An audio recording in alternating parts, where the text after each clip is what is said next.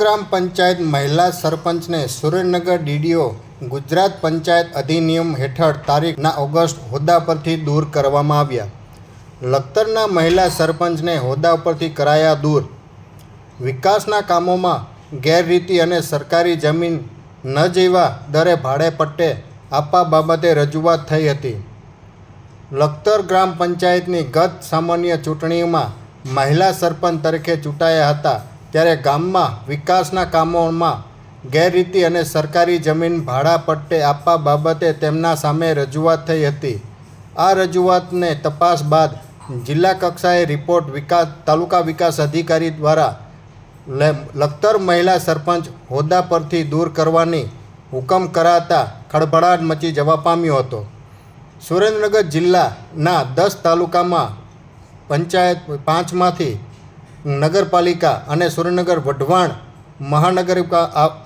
મહાનગરપાલિકા આવેલ છે, જ્યારે 4 તાલુકા મથકે ગ્રામ પંચાયત આવેલ છે, જેમાં સાયલા, ચુડા, લખતર અને મૂડી સમાવેશ થાય છે। જિલ્લાની લખતર ગ્રામ પંચાયત જિલ્લામાં મોટી ગ્રામ પંચાયત એક છે।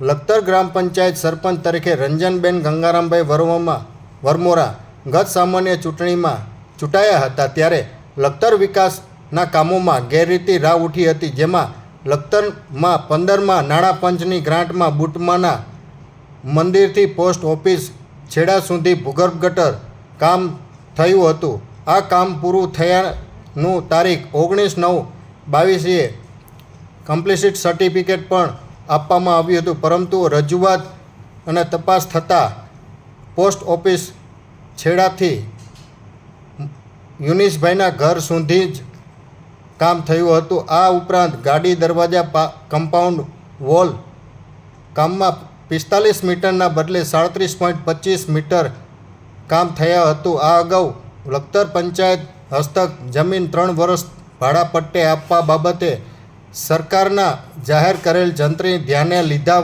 સિવાય નજીવી ભાડે પટ્ટે આપી હતી।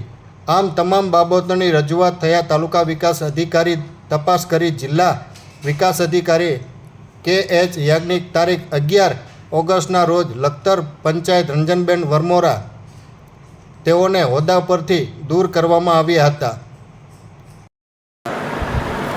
મારું નામ શ્વેતા ત્રિવેદી, તાલુકા વિકાસ અધિકારી લખતર। લખતરના સરપંચ શ્રી રંજનબેન પટેલને ડીડીઓ સાહેબ તરફથી 57(1)ની નોટિસ અન્વયે કેસ ચલાવીને સસ્પેન્ડ કરવામાં આવ્યા છે, અને પંચાયતમાં કામોમાં અનિયમિતતા બાબતે તથા પંચાયતમાં જે ભાડાના દર નીચા છે એવા કારણોસર એમની સામે કેસ ચલાવેલ અને એમને સસ્પેન્ડ કરવામાં આવ્યા છે।